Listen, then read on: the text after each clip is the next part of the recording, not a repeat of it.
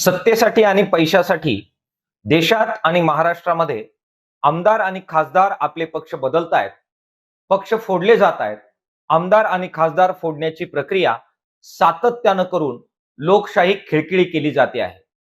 फुटणाऱ्या ह्या आमदार आणि खासदारांच्या विरोधामध्ये जनतेमध्ये तीव्र नाराजीची आणि संतापाची भावना आहे.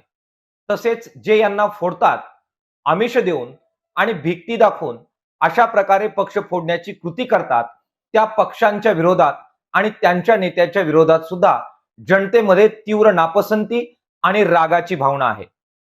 महाविकास आघाडी अशा लोकांना तिकीट देते ज्यांची निवडून येण्याची क्षमता आहे.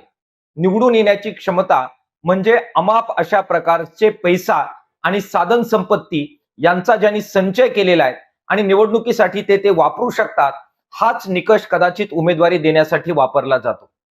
डावे पक्ष त्यांचे कार्यकर्ते जे नितळ मनाने वर्षानुवर्ष आणि पिढ्यानपिढ्या श्रमिक गरिबांसाठी काम करतात, संविधान रक्षणासाठी, धर्मनिरपेक्षता आणि लोकशाहीच्या रक्षणासाठी काम करतात, त्यांना मात्र अशा प्रकारच्या सत्तेतल्या जागा या निवडणुकीच्या माध्यमातून नाकारल्या जातात.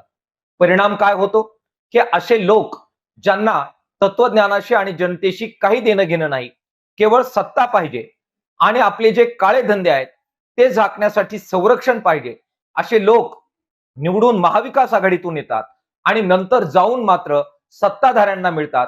याच्या विरोधात सुद्धा जरा पुन्हा एकदा पुनर्विचार करण्याची आवश्यकता महाविकास आघाडीच्या नेत्यांना सुद्धा आहे.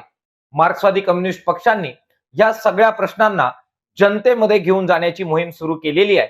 संबंध महाराष्ट्रभर या गद्दार आणि फुटून गेलेल्या आमदार खासदारांच्या विरोधामध्ये निदर्शने करून जनतेचं लक्ष लोकशाही रक्षणाकडे वळवण्याच्या दृष्टिकोनातून मार्क्सवादी कम्युनिस्ट पक्ष संबंध महाराष्ट्रभर मोहीम राबवत आहे. त्याचप्रमाणे मूलभूत निवडणूक सुधारणा आणि निवडणुकीमध्ये निवडणूक आयोग आणि सरकारी यंत्रणांचा वापर रोखणं याच्यासाठी सुद्धा आग्रह धरण्याच्या दृष्टिकोनातून ही प्रचंड मोठी व्यापक मोहीम मार्क्सवादी कम्युनिस्ट पक्ष आणि त्याच्या संघटनांच्या वतीनं राबवली जाते आहे. जनतेनं या मोहिमेमध्ये सहभागी व्हावं अशा प्रकारचं आवाहन मार्क्सवादी कम्युनिस्ट पक्षाच्या वतीनं आम्ही करतो आहोत.